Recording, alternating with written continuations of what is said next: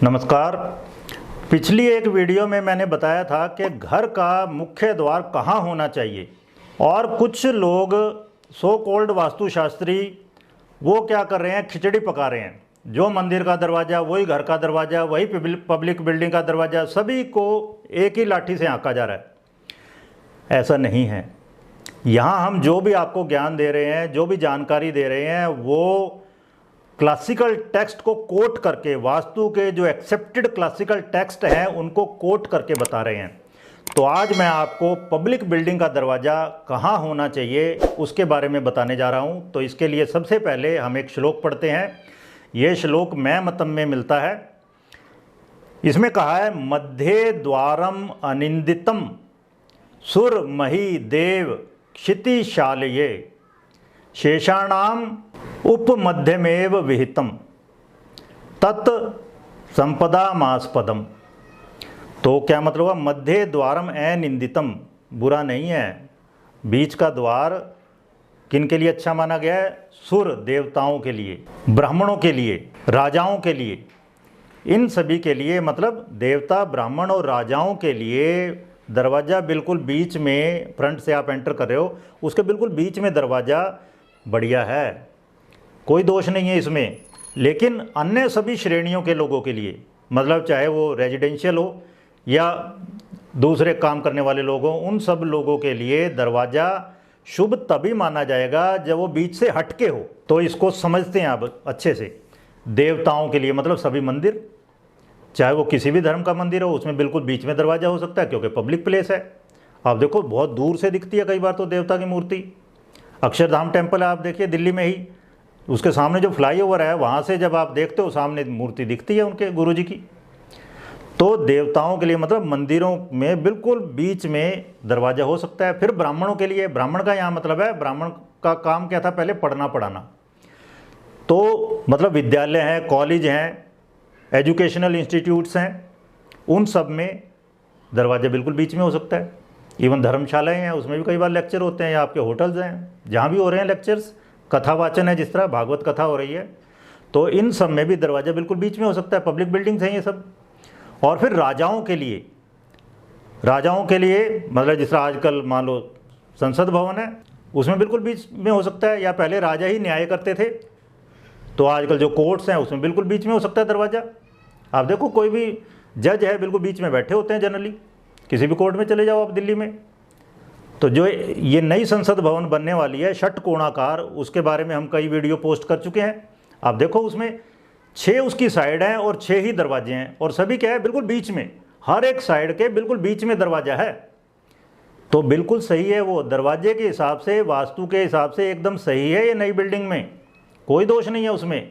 लेकिन बाकी सभी लोगों के लिए, मतलब रेजिडेंशियल पॉइंट ऑफ व्यू से जब देखेंगे, वो बीच में नहीं होनी चाहिए, साइड में होनी चाहिए। लेकिन अब मज़ेदार चीज़ एक और बताता हूँ मैं आपको, बिल्कुल बीच में होना भी कई बार गड़बड़ करता है। इवन पब्लिक बिल्डिंग में भी। लाल किले का एग्जाम्पल लेते हैं हम। लाल किला, दिल्ली का लाल किला 1648 में बन के तैयार हुआ था और शाहजहाँ ने बनवाया था ये। लेकिन शाहजहाँ को बाद में कैद कर लिया 1657 में औरंगजेब ने, उसी के लड़के औरंगजेब ने, और आगरा के मुसम्मन बुर्ज में वो 8 साल कैद रहा।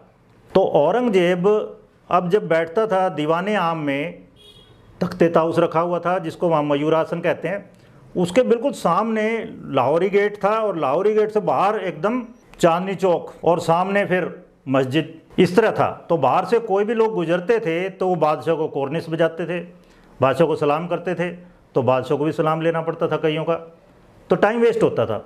औरंगजेब बहुत ज़्यादा टाइम का पंक्चुअल आदमी था, तो उसे परेशानी होने लग गई।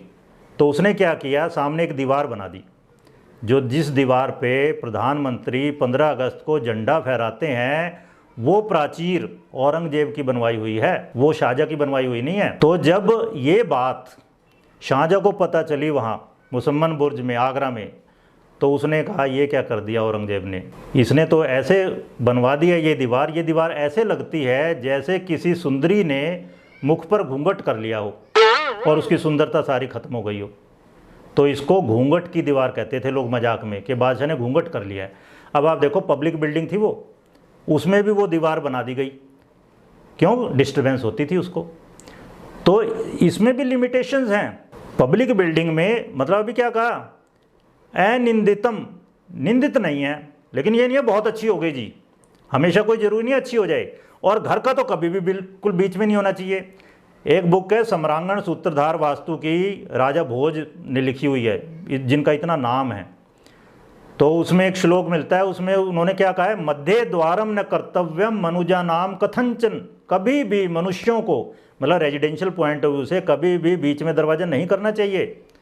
मध्य द्वारे कृते तत्र कुल नाश है प्रजायते, अगर बीच में दरवाजा करोगे ना तो कुल का नाश पक्का है, कुल का नाश हो जाएगा, बीच में दरवाजा नहीं करना चाहिए। तो इसलिए हमने एक वीडियो जो पोस्ट की थी ऋषि वशिष्ठ और वास्तुशास्त्र, तो उसमें क्या बताया था, अंदर खड़े हो जाओ, जिधर भी दरवाजा लगा है ना उसके 9 पार्ट करो, लेफ्ट से चौथे में लगा दो।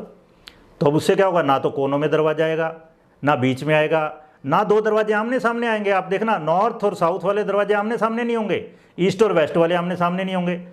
तो अगर दरवाजे के ऊपर आप वेंटिलेटर लगाते हो, पूरे मकान में क्रॉस वेंटिलेशन होता रहेगा, पूरे उस रूम में हॉल में मान लो 4 दरवाजे लगे हुए हैं अगर विद वेंटिलेटर, दरवाजे के ऊपर दरवाजा ये मान लो मुंह है और वेंटिलेटर क्या होता है नाक, ये नाक से सांस लेते हैं ना हम, इस तरह दरवाजे के ऊपर वेंटिलेटर होगा तो पूरा वो हॉल सांस ले रहा है, आमने सामने भी नहीं है, तो पूरे उस कमरे में सर्कुलेशन होगा हवा का, शुद्ध हवा आती जाती रहेगी और लोड डिस्ट्रीब्यूशन इक्वल होगा। अगर मान लो आपने 2 दरवाजे लगा दिए, नॉर्थ ईस्ट में एक, नॉर्थ में एक, ईस्ट में, तो लोड वहाँ कम हो गया, बाकी जगह लोड ज़्यादा हो गया, तो क्या होगा, अनइक्वल लोड आएगा फाउंडेशन पे और कहीं से ज़्यादा धस जाएगी बिल्डिंग, कहीं कम धसेगी, तो प्रॉब्लम होगी। तो लोड डिस्ट्रीब्यूशन इक्वल होता है, कहीं भी अंधेरा नहीं होगा, चारों आप मौसमों में चारों दरवाजे यूज़ कर सकते हैं। तो इस तरह से द्वार के बारे में ये रूल हैं, घर के लिए अलग है, पब्लिक बिल्डिंग के लिए अलग है। इस सीरीज़ में हम प्रचलित श्लोकों, दोहों, कहावतों आदि को मिस्टिक साइंसेज से जोड़ने का प्रयास कर रहे हैं। अगर आपने हमारा ये चैनल सब्सक्राइब नहीं किया है तो प्लीज़ फटाफट इसे सब्सक्राइब कर लें ताकि आपको हमारी वीडियोज़ की लेटेस्ट जानकारी मिलती रहे। Thank you.